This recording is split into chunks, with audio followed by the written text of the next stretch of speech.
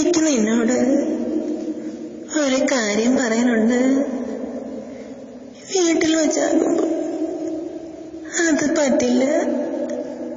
അതാ നിന്നെയും കൂട്ടി അമ്പലത്തേക്ക് പോകുന്നത്. എനിക്കറിയാം നിനക്ക് കാർത്തുമ്പ ഇഷ്ടമാണ്.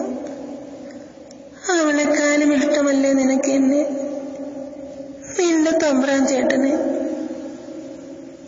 പെറ്റമ്മ അല്ലെങ്കിലും പോറ്റമ്മയുടെ വിലയെങ്കിലും നീ എനിക്ക് തന്നിട്ടുണ്ടെങ്കിൽ കാർത്തുമ്പിയെ മറക്കണം. തെറ്റ് ചെയ്തത് നീയല്ല, എന്റെ അനുജന്.